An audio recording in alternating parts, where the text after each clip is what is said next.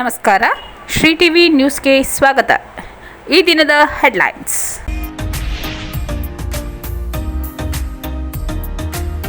ಜಿಲ್ಲಾಡಳಿತ ಭವನದಲ್ಲಿ ಆರೋಗ್ಯ ಮಂದಿರ ಚಿಕಿತ್ಸಾಲಯ ಉದ್ಘಾಟನೆ.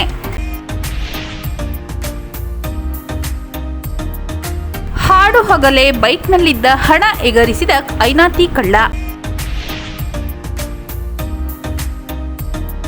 ಸಚಿವ ಸಂಪುಟ ಸಭೆ ಹಿನ್ನೆಲೆ ಏಪ್ರಿಲ್ 22ರಿಂದ 24ರವರೆಗೆ ಮಲೆಮಹದೇಶ್ವರ ಬೆಟ್ಟದಲ್ಲಿ ಭಕ್ತರಿಗೆ ಕೊಠಡಿ ಲಭ್ಯವಿಲ್ಲ.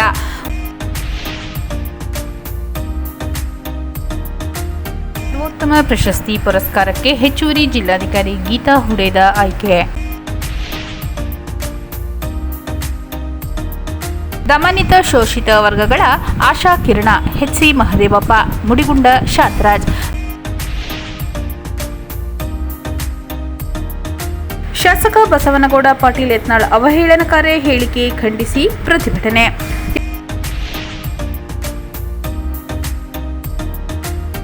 ಸಮಾಜ ಕಲ್ಯಾಣ ಸಚಿವ ಮಹದೇವಪ್ಪ ಹುಟ್ಟುಹಬ್ಬ ಹಿನ್ನೆಲೆ ಅಭಿಮಾನಿಗಳಿಂದ ಅನ್ನ ಸಂತರ್ಪಣೆ.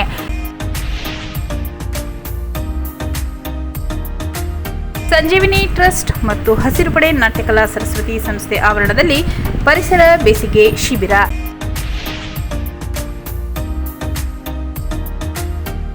ಮಂಗಲ ಗ್ರಾಮದಲ್ಲಿ ಕನಕ ಸಮುದಾಯ ಭವನ ನಿರ್ಮಾಣಕ್ಕೆ ಏಪ್ರಿಲ್ 25ರಂದು ಮುಖ್ಯಮಂತ್ರಿಗಳಿಂದ ಭೂಮಿ ಪೂಜೆ.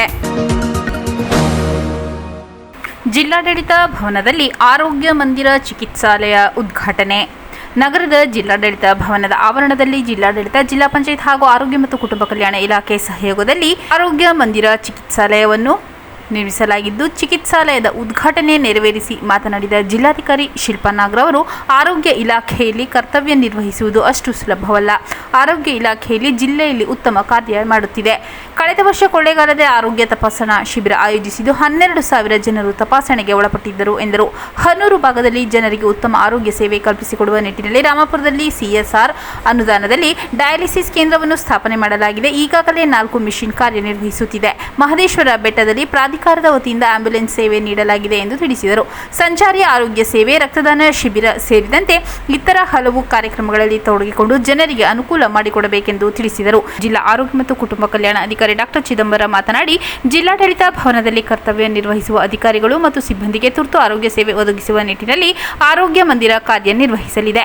ಜಿಲ್ಲಾ ಪಂಚಾಯತ್ ಅನುದಾನದಲ್ಲಿ ಆರೋಗ್ಯ ಮಂದಿರದ ಜೊತೆಗೆ ಮೀಟಿಂಗ್ ಹಾಲ್ ಕೂಡ ನಿರ್ಮಾಣ ಮಾಡಲಾಗಿದೆ. ಜಿಲ್ಲೆಯು ಆರೋಗ್ಯ ಸೇವೆ ಕೊಡುವಲ್ಲಿ ರಾಜ್ಯದಲ್ಲಿ ಮೊದಲ 3 ಸ್ಥಾನದಲ್ಲಿದೆ ಎಂದರು. ಈ ಸಂದರ್ಭದಲ್ಲಿ ಜಿಲ್ಲಾ ಪಂಚಾಯತ್ ಸಿಇಒ ಮೋನಾರಾವ್, ಜಿಲ್ಲಾ ಪಂಚಾಯತ್ ಉಪಕಾರ್ಯದರ್ಶಿ ಲಕ್ಷ್ಮಿ ಸೇರಿದಂತೆ ಇತರರು ಹಾಜರಿದ್ದರು. ಹಾಡು ಹಗಲೇ ಬೈಕ್ನಲ್ಲಿದ್ದ ಹಣ ಎಗರಿಸಿದ ಐನಾತಿ ಕಳ್ಳ. ಹುಣಸಗಿ ನಗರದಲ್ಲಿ ಮಧ್ಯಾಹ್ನ 12:30ರ ಸಮಯದಲ್ಲಿ ಬೈಕ್ನಲ್ಲಿದ್ದ ಹಣವನ್ನು ಎಗರಿಸಿ ಪರಾರಿಯಾದ ಘಟನೆ ನಡೆದಿದೆ. ಮಲ್ಲೇಶ್ ತಂದೆ ಬಸಪ್ಪ ಯಾಳಗಿ ಎನ್ನುವ ಗುಂಡಲಕೇರಿ ಗ್ರಾಮದ ಯುವಕ ನಗರದ SBI ಬ್ಯಾಂಕ್ನಿಂದ 1,35,000 ಹಣವನ್ನು ಡ್ರಾ ಮಾಡಿಕೊಂಡು ಬಂದಿದ್ದ.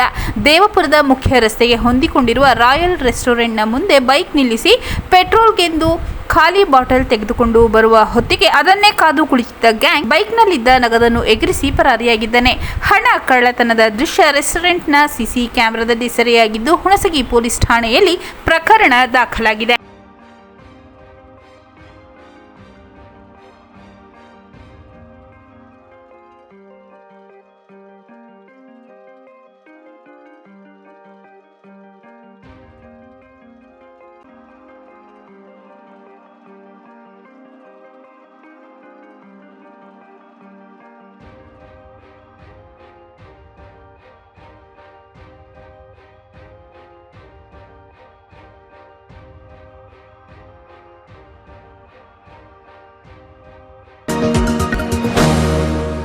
ಸಚಿವ ಸಂಪುಟ ಸಭೆ ಹಿನ್ನೆಲೆ ಏಪ್ರಿಲ್ 22ರಿಂದ 24ರವರೆಗೆ ಮಲೆಮಹದೇಶ್ವರ ಬೆಟ್ಟದಲ್ಲಿ ಭಕ್ತರಿಗೆ ಕೊಠಡಿ ಲಭ್ಯವಿಲ್ಲ. ಮಲೆಮಹದೇಶ್ವರ ಬೆಟ್ಟದಲ್ಲಿ ಏಪ್ರಿಲ್ 22ರಿಂದ 24ರವರೆಗೆ 3 ದಿನಗಳ ಕಾಲ ಭಕ್ತಾದಿಗಳಿಗೆ ವಾಸ್ತವ್ಯಕ್ಕೆ ಪ್ರಾಧಿಕಾರದ ಕೊಠಡಿಗಳು ಲಭ್ಯವಿರುವುದಿಲ್ಲ ಎಂದು ಪ್ರಾಧಿಕಾರದ ಕಾರ್ಯದರ್ಶಿ ಎಇ ರಘು ಪ್ರಕಟಣೆಯಲ್ಲಿ ತಿಳಿಸಿದ್ದಾರೆ. ಮಲೆಮಹದೇಶ್ವರ ಬೆಟ್ಟದಲ್ಲಿ 2025ನೇ ಸಾಲಿನ ಸಚಿವ ಸಂಪುಟ ಸಭೆ ಏಪ್ರಿಲ್ 24ರಂದು ನಡೆಯಲಿದ್ದು, ಅಂದು ಬೆಟ್ಟಕ್ಕೆ ಮುಖ್ಯಮಂತ್ರಿ, ಉಪಮುಖ್ಯಮಂತ್ರಿ, ಸಚಿವರು, ಶಾಸಕರು, ಸರ್ಕಾರದ ಮುಖ್ಯ ಕಾರ್ಯದರ್ಶಿಗಳು, ಹಿರಿಯ ಅಧಿಕಾರಿಗಳು ಆಗಮಿಸುವುದರಿಂದ ಏಪ್ರಿಲ್ 22ರಿಂದ 24ರವರೆಗೆ ಪ್ರಾಧಿಕಾರದ ಕೊಠಡಿಗಳು ಲಭ್ಯವಿರುವುದಿಲ್ಲ. 3 ದಿನಗಳ ಕಾಲ ಭಕ್ತಾದಿಗಳು ಪ್ರಾಧಿಕಾರದ ಜೊತೆ ಕೈಜೋಡಿಸಿ ಸಚಿವ ಸಂಪುಟ ಸಭೆಯ ಯಶಸ್ಸಿಗೆ ಸಹಕರಿಸಬೇಕು. ಉಳಿದಂತೆ ಏಪ್ರಿಲ್ 25ರಿಂದ ಎಂದಿನಂತೆ ವಾಸ್ತವ್ಯಕ್ಕೆ ಕೊಠಡಿ ಸೌಲಭ್ಯ ಇರುವುದಾಗಿ ಪ್ರಕಟಣೆಯಲ್ಲಿ ತಿಳಿಸಿದ್ದಾರೆ. ಸರ್ವೋತ್ತಮ ಪ್ರಶಸ್ತಿ ಪುರಸ್ಕಾರಕ್ಕೆ ಹೆಚ್ಚುವರಿ ಜಿಲ್ಲಾಧಿಕಾರಿ ಗೀತಾ ಹುಡೇದ ಆಯ್ಕೆ. ಅತ್ಯುತ್ತಮವಾಗಿ ಸೇವೆ ಸಲ್ಲಿಸಿದವರಿಗೆ ರಾಜ್ಯ ಸರ್ಕಾರ ನೀಡುವ 2023ನೇ ಸಾಲಿನ ರಾಜ್ಯ ಮಟ್ಟದ ಸರ್ವೋತ್ತಮ ಸೇವಾ ಪ್ರಶಸ್ತಿ ಪುರಸ್ಕಾರಕ್ಕೆ ಚಾಮರಾಜನಗರ ಜಿಲ್ಲೆ ಹೆಚ್ಚುವರಿ ಜಿಲ್ಲಾಧಿಕಾರಿ ಗೀತಾ ಹುಡೇದ ಆಯ್ಕೆಯಾಗಿದ್ದಾರೆ. ಸರ್ಕಾರದ ಅಪರ ಮುಖ್ಯ ಕಾರ್ಯದರ್ಶಿಗಳ ಆಯ್ಕೆ ಸಮಿತಿಯು ಎಲ್ಲ ಅರ್ಹ ನಾಮ ನಿರ್ದೇಶನಗಳನ್ನು ಪರಿಶೀಲಿಸಿ ರಾಜ್ಯದ ವಿವಿಧ ಜಿಲ್ಲೆಗಳ 30 ಅರ್ಹ ಅಧಿಕಾರಿ ನೌಕರರನ್ನು ರಾಜ್ಯ ಮಟ್ಟದ ಸರ್ವೋತ್ತಮ ಪ್ರಶಸ್ತಿಗೆ ಆಯ್ಕೆ ಮಾಡಿದೆ. ಆಯ್ಕೆಯಾದವರಲ್ಲಿ ಚಾಮರಾಜನಗರ ಜಿಲ್ಲೆ ಹೆಚ್ಚುವರಿ ಜಿಲ್ಲಾಧಿಕಾರಿ ಗೀತಾ ಹುಡೇದ ಸೇರಿದ್ದಾರೆ. ಪ್ರಶಸ್ತಿ ಪುರಸ್ಕೃತರಿಗೆ 50,000 ಪ್ರಶಸ್ತಿ ಮೊತ್ತ, ಫಲಕ, ಶಾಲು ಹಾಗೂ ಹಾರಗಳೊಂದಿಗೆ ಗೌರವಿಸಲಾಗುತ್ತದೆ. ದಮನಿತ ಶೋಷಿತ ವರ್ಗಗಳ ಆಶಾ ಕಿರಣ ಎಚ್.ಸಿ. ಮಹದೇವಪ್ಪ, ಮುಡಿಗುಂಡ ಶಾಂತರಾಜ್. ದಮನಿತ ಹಾಗೂ ಶೋಷಿತ ವರ್ಗಗಳ ಆಶಾ ಕಿರಣವಾಗಿ ಸಮಾಜ ಕಲ್ಯಾಣ ಸಚಿವ ಎಚ್.ಸಿ. ಮಹದೇವಪ್ಪ ದಶಕಗಳಿಂದಲೂ ಸೇವೆ ಮಾಡುತ್ತಾ ಬಂದಿದ್ದಾರೆಂದು ಕಾಂಗ್ರೆಸ್ ಮುಖಂಡ ಮಾಜಿ ನಗರಸಭಾ ಸದಸ್ಯ ಮುಡಿಗುಂಡ ಶಾಂತರಾಜ್ ಬಣ್ಣಿಸಿದರು. ಭಾನುವಾರ ಯಳಂದೂರು ತಾಲೂಕಿನ ಬಿಳಿಗಿರಿ ರಂಗನಬೆಟ್ಟದ ಗಂಗಾಧರೇಶ್ವರ ಸ್ವಾಮಿ ದೇಗುಲದ ಆವರಣದಲ್ಲಿ ಎಚ್.ಸಿ. ಮಹದೇವಪ್ಪ, ದಿವಂಗತ ಆರ್. ಧ್ರುವನಾರಾಯಣ್, ದಿವಂಗತ ಎಸ್. ಜಯಣ್ಣ, ಮಾಜಿ ಶಾಸಕ ಜಿ.ಎನ್. ಸ್ವಾಮಿ ಅಭಿಮಾನಿ ಬಳಗದ ಸಹಯೋಗದಲ್ಲಿ ನಡೆದ ಎಚ್.ಸಿ. ಮಹದೇವಪ್ಪ ಅವರ 72ನೇ ಜನ್ಮದಿನಾಚರಣೆ ನಿಮಿತ್ತ ಸೋಲಿಗ ಮಹಿಳೆಯರಿಗೆ ವಸ್ತ್ರ ವಿತರಣಾ ಕಾರ್ಯಕ್ರಮದಲ್ಲಿ ಭಾಗವಹಿಸಿ ಅವರು ಮಾತನಾಡಿದರು. ಮಹದೇವಪ್ಪ ಶಾಸಕರಾಗಿ, ಮಂತ್ರಿಯಾಗಿ ರಾಜ್ಯಕ್ಕೆ ಅತ್ಯುನ್ನತ ಕೊಡುಗೆ ನೀಡಿದ್ದಾರೆ. ರಾಜಕೀಯ ಸದೃಢತೆಯನ್ನು ಹೊಂದಿ ಸಮಾಜದಲ್ಲಿ ಅತಿ ತುಳಿತಕ್ಕೊಳಗಾದ ಸಮುದಾಯಗಳ ಆರ್ಥಿಕ, ಶೈಕ್ಷಣಿಕ ಅಭಿವೃದ್ಧಿಗೆ ಬದ್ಧರಾಗಿ ಕೆಲಸ ಮಾಡುತ್ತಿದ್ದಾರೆ. ಇವರ ಪುತ್ರ ಸುನೀಲ್ ಬೋಸ್ ಕೂಡ ಚಾಮರಾಜನಗರದ ಸಂಸದರಾಗಿ ಅನೇಕ ಜನಪರ ಕೆಲಸ ಮಾಡುತ್ತಿದ್ದಾರೆ. ಸೋಲಿಗರ ಅಭಿವೃದ್ಧಿಗೆ ಹೆಚ್ಚು ಕಾಳಜಿ ಹೊಂದಿರುವ ಇವರು ಮುಂದಿನ ದಿನದಲ್ಲಿ ಇಲ್ಲಿನ ಉತ್ತಮ ಕಾರ್ಯಕ್ರಮಗಳನ್ನು ಹಮ್ಮಿಕೊಳ್ಳಲು ಉತ್ಸುಕರಾಗಿದ್ದಾರೆ. ಆದಷ್ಟು ಬೇಗ ಇಲ್ಲಿ ಕಾರ್ಯಕ್ರಮ ರೂಪಿಸಲಾಗುವುದು ಎಂದರು. ಜಿಲ್ಲಾ ಪಂಚಾಯತ್ ಮಾಜಿ ಉಪಾಧ್ಯಕ್ಷ ಜೆ. ಯೋಗೇಶ್ ಮಾತನಾಡಿ, ಮಹದೇವಪ್ಪ ಸಂವಿಧಾನದ ಬಗ್ಗೆ ಅಪಾರ ಕಾಳಜಿ ಹೊಂದಿದ್ದಾರೆ. ಸಂವಿಧಾನ ಪೀಠಿಕೆಯನ್ನು ಶಾಲೆಗಳಲ್ಲಿ ವಿದ್ಯಾರ್ಥಿಗಳಿಗೆ ಹೇಳಿಸುವ ಮೂಲಕ ನಮ್ಮ ದೇಶದ ಸಂವಿಧಾನದ ಅರಿವನ್ನು ಪ್ರಾಥಮಿಕ ಹಂತದಲ್ಲೇ ನೀಡುವ ಕೆಲಸ ಮಾಡಿದ್ದಾರೆ. ಸಂವಿಧಾನದ ಆಶಯದಂತೆ ಆಡಳಿತ ಮಾಡುತ್ತಿರುವ ಒಬ್ಬ ಮುತ್ಸದ್ದಿ ರಾಜಕಾರಣಿಯಾಗಿದ್ದಾರೆ. ಅಲ್ಲದೆ 6 ಬಾರಿ ಶಾಸಕರಾಗಿ, 4 ಬಾರಿ ಸಚಿವರಾಗಿ, ಅನೇಕ ಜನಾನುರಾಗಿ ಕೆಲಸಗಳನ್ನು ಮಾಡುತ್ತಿದ್ದಾರೆ. ಇವರ ಆರೋಗ್ಯ ಮಂತ್ರಿಗಳಾಗಿದ್ದಾಗ ಎಲ್ಲ ಬಿಪಿಎಲ್ ಹೊಂದಿರುವ ಕಾರ್ಡ್ದಾರರಿಗೂ ಉಚಿತ ಆರೋಗ್ಯ ಸೇವೆ ಆರಂಭಿಸಿದ್ದರು. ಆಸ್ಪತ್ರೆಗಳ ಸುಧಾರಣೆ ಕಾಂತಿಯು ಅಲ್ಲಿಂದಲೇ ಆರಂಭವಾಯಿತು. ಅಲ್ಲದೆ ಲೋಕೋಪಯೋಗಿ ಸಚಿವರಾಗಿದ್ದಾಗ ಗ್ರಾಮೀಣ ರಸ್ತೆಗಳ ಅಭಿವೃದ್ಧಿ ಹೊಂದಿದ್ದರು. ಈಗ ಸಮಾಜ ಕಲ್ಯಾಣ ಸಚಿವರಾಗಿ ವಿದ್ಯಾರ್ಥಿ ನಿಲಯಗಳ ಅಭಿವೃದ್ಧಿ, ಇಲ್ಲಿನ ಮಕ್ಕಳಿಗೆ ಉತ್ತಮ ಊಟೋಪಚಾರ ಸೇರಿದಂತೆ ಅನೇಕ ಯೋಜನೆ ನೀಡಿದ್ದಾರೆ. ಮುಖ್ಯಮಂತ್ರಿಯ ಆಪ್ತರಾಗಿದ್ದು ಗ್ಯಾರಂಟಿ ಯೋಜನೆಗಳ ಅನುಷ್ಠಾನದಲ್ಲೂ ಪ್ರಮುಖ ಪಾತ್ರ ವಹಿಸಿದ್ದಾರೆ ಎಂದರು. ನಂತರ ಸೋಲಿಗ ಮಕ್ಕಳು, ಮಹಿಳೆಯರು ಕೇಕ್ ಕತ್ತರಿಸಿದರು. ಸೋಲಿಗ ಮಹಿಳೆಯರಿಗೆ ಸೀರೆಗಳನ್ನು ವಿತರಣೆ ಮಾಡಿ ಅನ್ನದಾನ ಮಾಡಲಾಯಿತು. ಜಿಲ್ಲಾ ಪಂಚಾಯತ್ ಮಾಜಿ ಉಪಾಧ್ಯಕ್ಷೆ ಕೇತಮ್ಮ, ನಗರಸಭಾ ಮಾಜಿ ಉಪಾಧ್ಯಕ್ಷ ಅಕ್ಮಲ್ ಪಾಷಾ, ಮಾಜಿ ಅಧ್ಯಕ್ಷೆ ಸುಶೀಲಾ ಶಾಂತರಾಜ್, ಮುಖಂಡ ಡಿ.ಎನ್. ನಾಟರಾಜ್, ಪರಶಿವಪ್ಪ, ನಂಜುಂಡೇಗೌಡ, ಭಾಗ್ಯಮ್ಮ, ತಾಲೂಕು ಪಂಚಾಯತ್ ಮಾಜಿ ಸದಸ್ಯ ವೈಕೆ ಮೂಳೆ ನಾಗರಾಜ್ ಸೇರಿದಂತೆ ಅನೇಕರು ಉಪಸ್ಥಿತರಿದ್ದರು. ಶಾಸಕ ಬಸವನಗೌಡ ಪಾಟೀಲ್ ಯತ್ನಾಳ್ ಅವಹೇಳನಕಾರಿ ಹೇಳಿಕೆ ಖಂಡಿಸಿ ಪ್ರತಿಭಟನೆ. ಯಾದಗಿರಿ ಜಿಲ್ಲೆ ಹುಣಸಗಿ ತಾಲೂಕಿನ ಪಟ್ಟಣದಲ್ಲಿ ಈಗ್ದಾ ಮೈದಾನದಲ್ಲಿ ಬಿಜಾಪುರ ಶಾಸಕ ಬಸವನಗೌಡ ಪಾಟೀಲ್ ಯತ್ನಾಳ್ ಅವಹೇಳನಕಾರಿ ಹೇಳಿಕೆ ಖಂಡಿಸಿ ಅವರ ವಿರುದ್ಧ ಪ್ರತಿಭಟನೆ ನಡೆಸಲಾಯಿತು. ಸುಮಾರು 600ಕ್ಕೂ ಹೆಚ್ಚು ಜನ ಪ್ರತಿಭಟನೆಯಲ್ಲಿ ಸೇರಿದರು. ಡಾಕ್ಟರ್ ದಸ್ತಗಿರಿ ಮುಲ್ಲಾ ಟಿಪ್ಪು ಕ್ರಾಂತಿಕಾರಿ ಅಧ್ಯಕ್ಷರು ಮಾತನಾಡಿ, ಬಿಜಾಪುರ ಶಾಸಕರಾದ ಬಸವನಗೌಡ ಪಾಟೀಲ್ ಯತ್ನಾಳ್ ಅವರು ಪ್ರವಾದಿ ಮೊಹಮ್ಮದ್ ಪೈಗಂಬರ ಬಗ್ಗೆ ನಿಂದನೆ ಮಾಡಿದ್ದಾರೆ ಎಂದು ಅವರ ವಿರುದ್ಧ ಹರಿಹಾಯ್ದರು. ಈ ಸಂದರ್ಭದಲ್ಲಿ ಟಿಪ್ಪು ಸುಲ್ತಾನ್ ಸಂಘದ ಅಧ್ಯಕ್ಷ ಬೆನ್ನೂರು ಮಾತನಾಡಿ, ಬಸವನಗೌಡ ಪಾಟೀಲ್ ಯತ್ನಾಳ್ರವರೇ, ನೀವು ಒಬ್ಬ ಸಂವಿಧಾನದಡಿಯಲ್ಲಿ ಶಾಸಕರಾಗಿ, ಸಂಸದರಾಗಿ ಜನರು ಆಯ್ಕೆ ಮಾಡಿದ್ದಾರೆ. ಹಗುರವಾಗಿ ಮಾತನಾಡುವುದು ಸರಿಯಲ್ಲ ಎಂದು ಹೇಳಿದರು.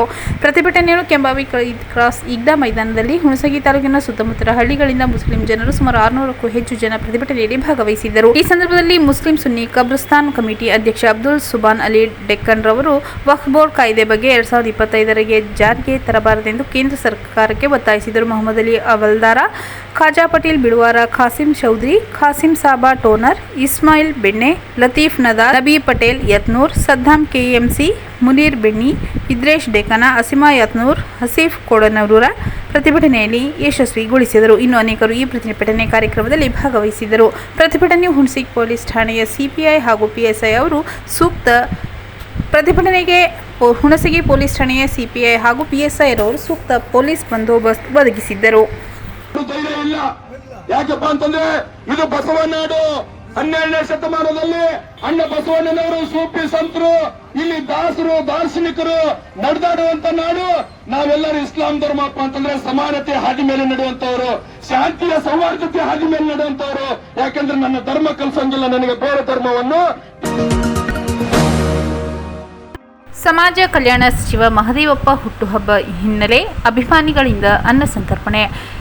ಸಮಾಜ ಕಲ್ಯಾಣ ಸಚಿವ ಎಚ್ ಸಿ ಮಹದೇವಪ್ಪ ಅವರ ಹುಟ್ಟುಹಬ್ಬವನ್ನು ಯಳಂದೂರು ಪಟ್ಟಣದ ಬ್ಲಾಕ್ ಕಾಂಗ್ರೆಸ್ ಕಚೇರಿಯಲ್ಲಿ ಅಭಿಮಾನಿ ಬಳಗದ ವತಿಯಿಂದ ಏರ್ಪಡಿಸಲಾಗಿತ್ತು. ಹುಟ್ಟುಹಬ್ಬ ಆಚರಣೆ ಹಿನ್ನೆಲೆ ಸಾರ್ವಜನಿಕರಿಗೆ ಅನ್ನ ಸಂತರ್ಪಣೆ ವಿತರಣೆ ಮಾಡಲಾಯಿತು. ಈ ವೇಳೆ ಮಹದೇವಪ್ಪ ಅಭಿಮಾನಿ ಬಳಗದ ಅಧ್ಯಕ್ಷರಾದ ಕಿನಕನಹಳ್ಳಿ ರಾಜಯ್ಯ ಮಾತನಾಡಿ, ದಲಿತರ ಆಶಾಕಿರಣ, ಹಿಂದುಳಿದ ವರ್ಗದ ನೇತಾರರಾದ ಮಹದೇವಪ್ಪ ಅವರು ಕೊಳ್ಳೇಗಾಲ ವಿಧಾನಸಭಾ ಕ್ಷೇತ್ರವನ್ನು ವಿಶೇಷವಾಗಿ ಪರಿಗಣಿಸಿ ಹೆಚ್ಚಿನ ಅಭಿವೃದ್ಧಿಗೆ ಒತ್ತು ನೀಡಿದ್ದಾರೆ.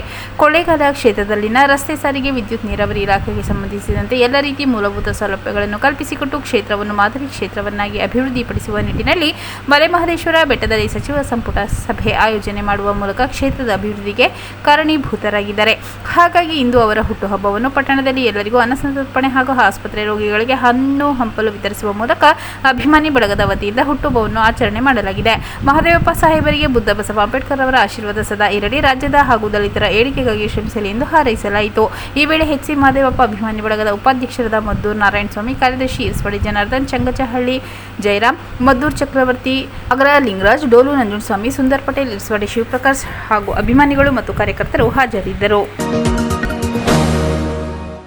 ಸಂಜೀವಿನಿ ಟ್ರಸ್ಟ್ ಮತ್ತು ಹಸಿರು ಪಡೆ ನಾಟ್ಯಕಲಾ ಸರಸ್ವತಿ ಸಂಸ್ಥೆ ಆವರಣದಲ್ಲಿ ಪರಿಸರ ಬೇಸಿಗೆ ಶಿಬಿರ.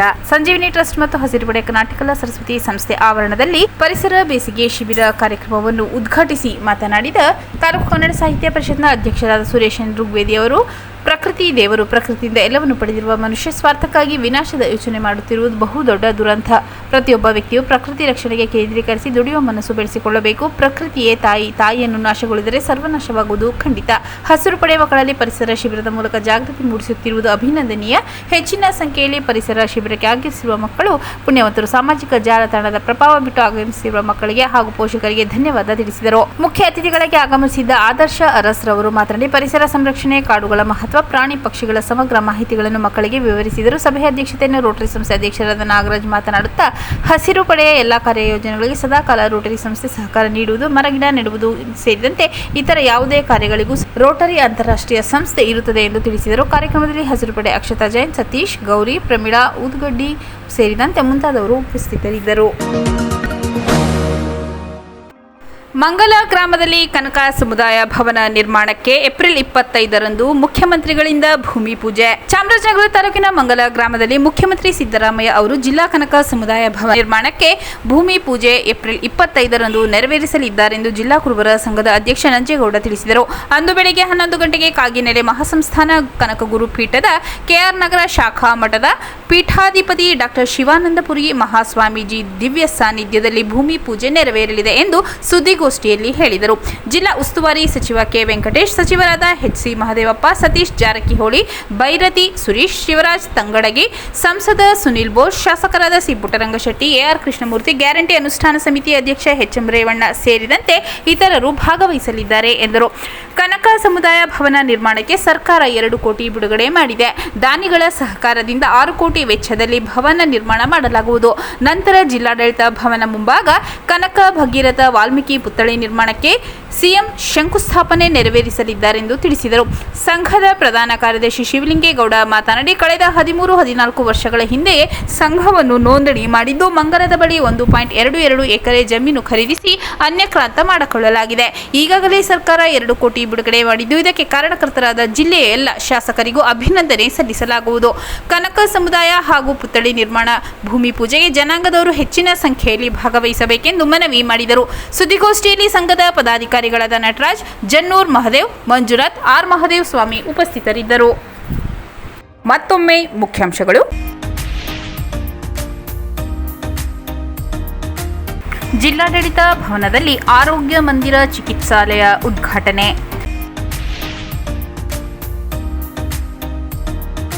ಹಾಡು ಹಗಲೇ ಬೈಕ್ನಲ್ಲಿದ್ದ ಹಣ ಎಗರಿಸಿದ ಐನಾತಿ ಕಳ್ಳ.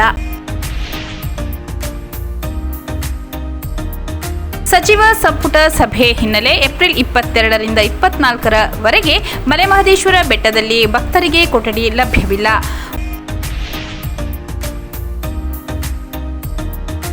ಸರ್ವೋತ್ತಮ ಪ್ರಶಸ್ತಿ ಪುರಸ್ಕಾರಕ್ಕೆ ಹೆಚ್ಚುವರಿ ಜಿಲ್ಲಾಧಿಕಾರಿ ಗೀತಾ ಹುಡೇದ ಆಯ್ಕೆ.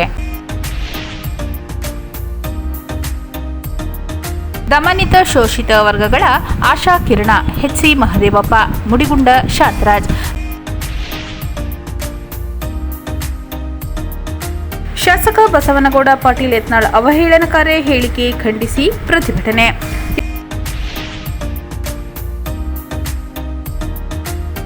ಸಮಾಜ ಕಲ್ಯಾಣ ಸಚಿವ ಮಹದೇವಪ್ಪ ಹುಟ್ಟುಹಬ್ಬ ಹಿನ್ನೆಲೆ ಅಭಿಮಾನಿಗಳಿಂದ ಅನ್ನ ಸಂತರ್ಪಣೆ.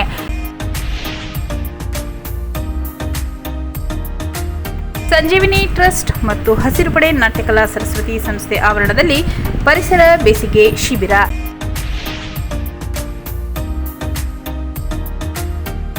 ಮಂಗಲ ಗ್ರಾಮದಲ್ಲಿ ಕನಕ ಸಮುದಾಯ ಭವನ ನಿರ್ಮಾಣಕ್ಕೆ ಏಪ್ರಿಲ್ 25ರಂದು ಮುಖ್ಯಮಂತ್ರಿಗಳಿಂದ ಭೂಮಿ ಪೂಜೆ.